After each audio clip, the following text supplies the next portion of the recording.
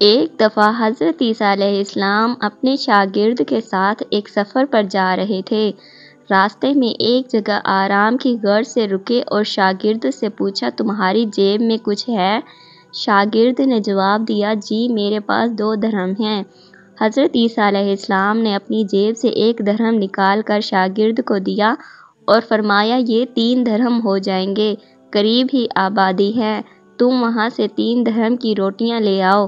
شاگرد چلا گیا اور راستے میں واپس آتے ہوئے سوچنے لگا، حضرت عیسیٰ علیہ السلام نے تو 1 درہم دیا تھا اور 2 درہم میرے تھے، جبکہ روٹیاں 3 ہیں۔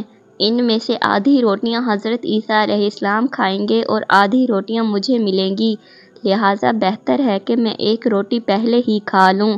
چنانچہ اس نے راستے میں ہی 1 روٹی کھا لی اور باقی 2 روٹیاں لے کر حضرت عیسیٰ علیہ السلام کے پاس پہنچا۔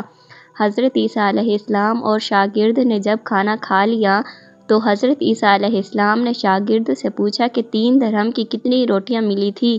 شاگرد نے جواب دیا، اے اللہ کے نبی، 2 روٹیاں ملی تھی، ایک آپ نے کھائی اور ایک میں نے کھائی۔ حضرت عیسیٰ علیہ السلام خاموش ہو گئے، کچھ دیر بعد وہاں سے روانہ ہو گئے۔ راستے میں ایک دریا آیا، شاگرد نے حیران ہو کر پوچھا، اے اللہ کے نبی، ہم دریا عبور کیسے کریں گے جبکہ یہاں تو کوئی کشتی بھی نظر نہیں آ رہی؟ حضرت عیسیٰ علیہ السلام نے فرمایا، گھبراؤ مت، میں آگے چلوں گا، تم میرا دامن پکڑ کر پیچھے چلتے آنا، خدا نے چاہا تو ہم دریا پار کر لیں گے۔ چنانچہ حضرت عیسیٰ علیہ السلام نے دریا میں قدم رکھا اور شاگرد نے بھی ان کا دامن تھام لیا۔ اللہ کے حکم سے آپ نے دریا اس طرح سے عبور کر لیا کہ آپ کے پاؤں بھی گیلے نہ ہوئے۔ شاگرد نے یہ دیکھ کر حیران ہو کر کہا کہ میری ہزاروں جانیں آپ پر قربان ہوں، آپ جیسا صاحب اعجاز نبی پہلے کبھی مبعوث ہی نہیں ہوا۔ حضرت عیسیٰ علیہ السلام نے فرمایا، یہ معجزہ دیکھ کر تیرے ایمان میں کچھ اضافہ ہوا ہے؟ شاگرد نے جواب دیا، جی ہاں، میرا دل نور سے بھر گیا ہے۔ پھر حضرت عیسیٰ علیہ السلام نے فرمایا، اگر تمہارا دل نورانی ہو چکا ہے تو بتاؤ روٹیاں کتنی تھی؟ شاگرد نے جواب دیا، اے اللہ کے نبی، روٹیاں صرف 2 ہی تھی۔ پھر حضرت عیسیٰ علیہ السلام وہاں سے آگے چل دیے۔ راستے میں ہرنوں کا ایک گول گزر رہا تھا۔ حضرت عیسیٰ علیہ السلام نے ایک ہرن کو اشارہ کیا تو وہ آپ کے پاس چلا آیا۔ آپ نے اسے ذبح کر کے اس کا گوشت کھایا اور شاگرد کو بھی کھلایا۔ جب دونوں گوشت کھا چکے تو حضرت عیسیٰ علیہ السلام نے اس کی کھال پر ٹھوکر مار کر کہا کہ اے اللہ کے حکم سے زندہ ہو جا۔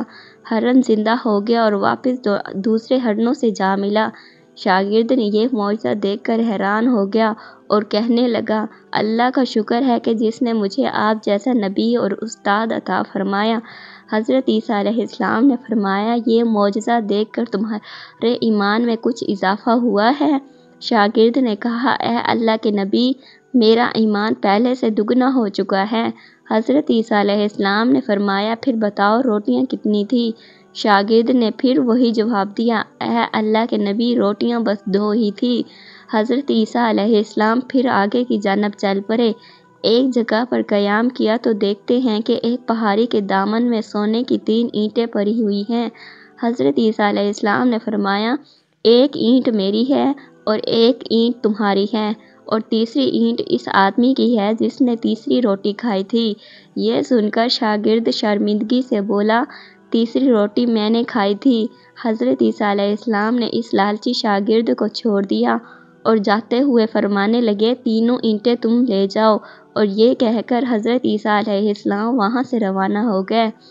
اب لالچی شاگرد اینٹوں کے پاس بیٹھ کر یہ سوچنے لگا، انہیں کیسے گھر لے جایا جائے۔